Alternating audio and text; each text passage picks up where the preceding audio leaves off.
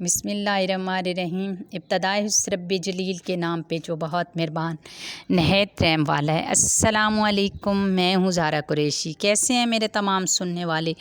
उम्मीद करती हूँ कि ठीक ठाक होंगे और दुआ भी है अल्लाह रब्बुल इज़्ज़त आप सब पे अपना करम रखे।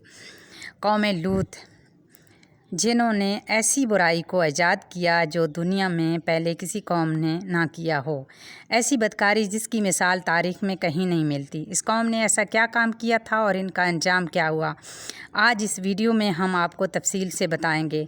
लेकिन वीडियो में आगे बढ़ने से पहले अगर आप हमारे चैनल पर नए हैं तो इस्लामी वज़ाइफ विद ज़ारा कुरैशी को सब्सक्राइब कर लें ताकि हर आने वाली मालूमाती और इस्लामी स्टोरीज़ आपको मिलती रहे। शुक्रिया। हज़रत लूत अलैहिस्सलाम अल्लाह के बरगज़ीदा नबी थे। आपके वालिद का नाम खरान था जो तारीख़ के बेटे थे। आपकी पैदाइश इराक़ के कदीम शहर हुर में हुई थी। उस शहर में हज़रत इब्राहीम अलैहिस्सलाम का मस्कन था। दरअसल लूत अलैहिस्सलाम के वालिद हरान हज़रत इब्राहीम के सगे भाई थे, यानी कि हज़रत लूत अलैहिस्सलाम हज़रत इब्राहीम अलैहिस्सलाम के भतीजे थे। क्योंकि हज़रत लूत अलैहिस्सलाम के वालिद की बचपन में ही वफ़ात हो चुकी थी, लिहाजा हज़रत लूत अलैहिस्सलाम को हज़रत इब्राहीम अलैहिस्सलाम ने बेटा बनाकर पाला था। आप हज़रत इब्राहीम अलैहिस्सलाम पर सबसे पहले ईमान लाने वालों में से शामिल हैं। आप हज़रत इब्राहीम के ज़माने में अहले सदूम की रहनुमाई के लिए नबूवत के मनसब पर फैज़ हुए। हज़रत लूत अलैहिस्सलाम के बहुत सारे मौजज़ात हैं। आप जिस वक़्त बारिश के लिए दुआ करते तो आसमान बादलों से भर जाता और खूब बारिश होती। हज़रत लूत अलैहिस्सलाम जिस पत्थर पर सर रख कर सोते उस पत्थर पर आपके सर मुबारक का निशान बन जाता। सदूम वो इलाका था जहाँ लूत अलैहिस्सलाम माबूस फरमाए गए। सदूम के आसपास 5 नहायत खूबसूरत शहर आबाद थे, जिनमें से हर एक की आबादी 1 लाख के नफूस से ज़्यादा ही थी। हर इलाका नहायत सरसब्ज़, शदाब और कुदरत की फैज़ाबी का हसीन शिकार था। यहाँ बागात की कसरत थी, लहलाती खेतियाँ ज़रूरत से ज़्यादा थीं। उर्दन, शाम और इसराइल के दरमियान बसा हुआ ये इलाका नहायत ज़रख़ेज़ था। वहाँ तरह तरह के अनाज, फल, मेवे बकसरत पैदा होते थे और यही वजह थी कि आसपास की बस्तियों के लोग भी अपनी माशी ग़ज़ाई ज़रूरियात के लिए इन बस्तियों की तरफ आते थे। मगर ये बात अहले सदूम को बिल्कुल भी पसंद ना थी। इनका ख़याल में इन बस्तियों में पैदा होने वाली फलों, अनाजों और सब्ज़ियों पर सिर्फ़ उनका ही हक़ था। वो नहीं चाहते थे कि दूसरी बस्तियों के लोग इनके इलाके में आएँ। एक दिन सदूम के लोग इस बात पर गौर व फ़िक्र कर रहे थे कि बाहर से आने वाले लोगों को यहाँ आने से आखिर कैसे रोका जाए कि इब्लीस एक बुज़ुर्ग की शक्ल में इनकी महफ़िल में आया और कहा, अगर तुम इनसे पीछा छुड़ाना चाहते हो तो मेरे कहने पर अमल करो। इस अजनबी बुज़ुर्ग की बात लोगों ने बहुत तवज्जो से सुनी। इब्लीस ने कहा, मैं कल बताऊँगा। दूसरे दिन इब्लीस एक खूबसूरत नौजवान लड़के के भेस में आया और उन्हें अपनी औरतों की बजाय मर्दों के साथ फ़ेल बद करना सिखाया। इब्लीस ने कहा कि अगर तुम इन बस्तियों के लोगों से निजात चाहते हो जो तुम्हारी बस्तियों में आते जाते हैं तो ऐसा करो कि जब कोई शख्स तुम्हारे इलाके में आए तो तुम लोगों ने ज़बरदस्ती उसके साथ अपनी ख्वाहिशात पूरी करो। इस तरह ये लोग बस्ती में आना छोड़ देंगे। अपनी नफसानी ख्वाहिशात के लिए मर्दों से बदफैली इस कौम का दस्तूर बन गया था। यहाँ बेहयाई आम हो गई थी। हुक्मरान, सरदार, रूसा, हर तबके में घर घर में ये अमल फैल गया था। भरी महफिल में लोग इस फाशी का काम करके खुश होते थे। कोई भी महफिल इस काम के बग़ैर अधूरी समझी जाती थी। ख़ासकर मुसाफिरों में से कोई खूबसूरत लड़का होता तो ये उसे अपना शिकार बना लेते। तलमूद में लिखा है कि अहले सदूम अपनी रोज़मर्रा की ज़िंदगी सख्त, ज़ालिम, धोखेबाज और मामला थे। कोई मुसाफिर इनके इलाके से बाखरियत से ना गुज़रता था। कोई गरीब इन बस्तियों से रोटी का टुकड़ा ना पा सकता था। बहरहाल ऐसा होता था कि बाहर का आदमी इनके इलाके में पहुँच कर फाकों से मर जाता। ये उसके कपड़े उतार कर इसको बरहना दफन कर देते। अपनी वादी में उन्होंने एक बाग बना रखा था जिसका सिलसिला मीलों तक फैला हुआ था। इस बाग में इंतहाई बेहाई के साथ अलानिया बदकारी करते थे। हज़रत लूत अलैहिस्सलाम ने इन्हीं तौहीद की दावत दी और बदकारी को इसके घिनौने अमल से तौबा करने का हुक्म दिया। हज़रत लूत अलैहिस्सलाम ने कहा, तुम बेहाई क्यों करते हो? क्या तुम औरतों को छोड़कर लज्जत हासिल करने के लिए मर्द की तरफ माइल होते हो? हकीकत यह है कि तुम अहमक लोग हो।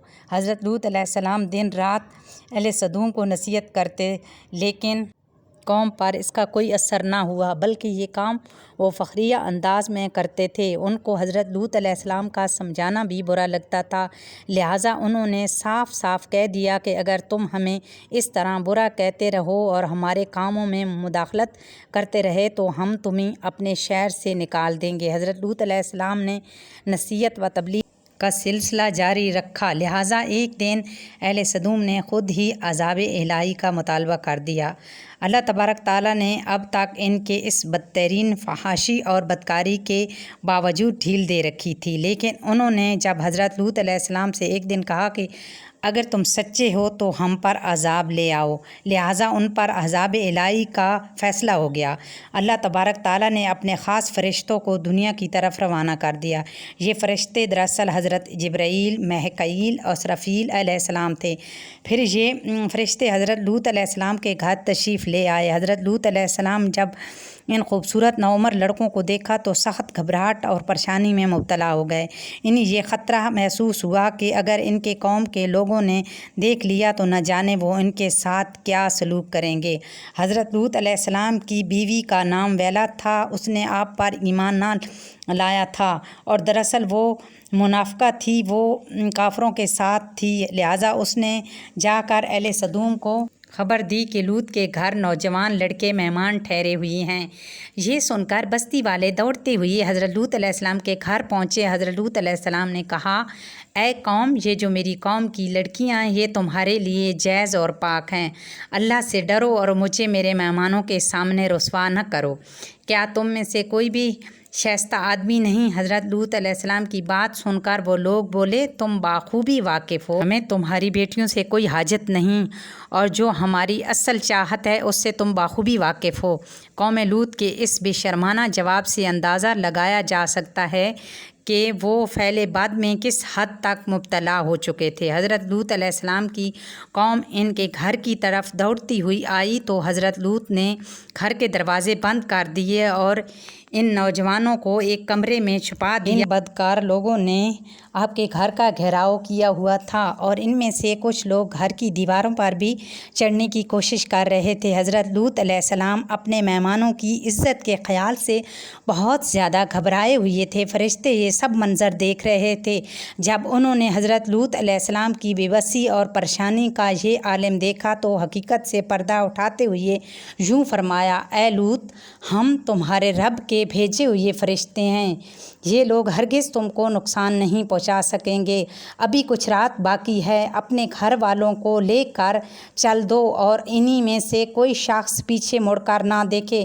اہل سدوم حضرت لوط کا گھر کا دروازہ توڑنے پر باضد تھے، لہٰذا حضرت جبرائیل علیہ السلام نے گھر سے باہر نکل کر اپنے پر کا ایک کونا انہیں مارا، جس سے ان سب کی آنکھوں کے ڈھیلے باہر نکل آئے اور بصیرت زائل ہو گئی۔ یہ خاص عذاب ان لوگوں کو پہنچا جو حضرت لوط علیہ السلام کے پاس بدنیتی سے آئے تھے۔ حضرت لوط علیہ السلام حقیقت حال جان کر مطمئن ہو گئے اور اپنے گھر والوں کے ساتھ رات کو ہی نکل کھڑے ہوئے۔ بیوی بھی ان کے ساتھ تھی، لیکن کچھ دور جا کر وہ واپس اپنی قوم کی طرف پلٹ گئی اور قوم کے ساتھ جہنم رسید ہو گئی۔ صبح کا آغاز ہوا تو اللہ کے حکم سے حضرت جبرائیل علیہ السلام نے بستی کو اپنے پر سے اکھاڑ دیا اور پھر اپنے بازوؤں پر رکھ کر آسمان پر چڑھ گئے، یہاں تک کہ آسمان والوں نے بستی کے کتے کی بھونکنے کی اور مرغے کی آواز بھی سنی۔ پھر اس بستی کو زمین پر دے مارا، جس کے بعد ان پر پتھروں کی بارش ہوئی۔ ہر پتھر پر مرنے والے کا نام لکھا ہوا تھا۔ جب یہ پتھر ان کو لگتے تو سر پاش پاش ہو جاتا۔ صبح سویرے شروع ہونے والا یہ عذاب اشراق تک پوری بستی کو نیست نابود کر چکا تھا۔ قوم لوط کی ان خوبصورت بستیوں کو اللہ تبارک تعالیٰ نے ایک انتہائی بدبودار اور سیاہ جھیل میں تبدیل کر دیا تھا، جس کے پانی سے رہتی دنیا تک کوئی فائدہ نہیں اٹھایا جا سکتا۔ سمندر کے اس خاص حصے میں کوئی جاندار، مچھلی، مینڈک وغیرہ زندہ نہیں رہ سکتی، اس لیے اسے ڈیڈ سی یا بحر مردار بھی کہا جاتا ہے، جو اسرائیل اور اردن کے درمیان واقع ہے۔ ماہرین آثار نے 10 سالوں کی تحقیق و جستجو کے بعد तबाह शुदा शहर को दरियाफ्त किया था। तहकीक से पता चला है कि उस शहर में ज़िंदगी बिल्कुल ख़त्म हो चुकी है। इस शहर के रास्ते और खंडरात को देखकर आर्चेलॉजिस्ट ने ये अंदाज़ा लगाया है जब ये शहर तबाह हुआ इस वक्त लोग रोज़मर्रा के मामूलात के कामों में मशगूल थे। यहाँ ज़िंदगी अचानक ख़त्म हो गई थी। अहले सदूम जिन्हें पत्थर बना दिया गया था, इनके बुत अभी तक बहरे मुर्दार के पास मौजूद हैं, जो ता क़यामत लोगों के लिए एक इबरत है। आज यूरोपीय ममालिक में इंसानी आज़ादी के नाम पर बदकारी की इजाज़त दी जाती है और इसे फाशी अमल को फ़ख्र समझा जाता है, मगर हकीकत यह है कि हम जिन्स परस्त बिल्कुल फितरत के ख़िलाफ़ है, जिससे इंसानी मुआशरा तबाह व बर्बाद हो जाता है। रवायत के मुताबिक एक मरतबा हज़रत सुलेमान अलैहिस्सलाम ने शैतान से पूछा कि अल्लाह के नज़दीक सबसे बदतरीन अमल क्या है? तो इब्लीस ने जवाब दिया, जब मर्द मर्द से बदफैली करे और औरत औरत से ख्वाहिश पूरी करे। हज़रत इब्ने अब्बास से रवायत है कि रसूल करीम सल्लल्लाहु अलैहि वसल्लम ने फरमाया कि उस शख्स पर अल्लाह की लानत हो जो कौम लूत वाला अमल करे। दुआ है अल्लाह तबारक ताला हमारी हिफाजत फरमाए और हमें तमाम सगीरा और कबीरा गुनाहों से महफूज रखे। आमीन। इसी दुआ के साथ इजाज़त चाहती हूँ। उम्मीद है आज की वीडियो पसंद आई होगी। इंशाअल्लाह एक नए वाक़यात और नई इस्लामी स्टोरी के साथ जल्द होती है मुलाकात। अल्लाह हाफ़िज़।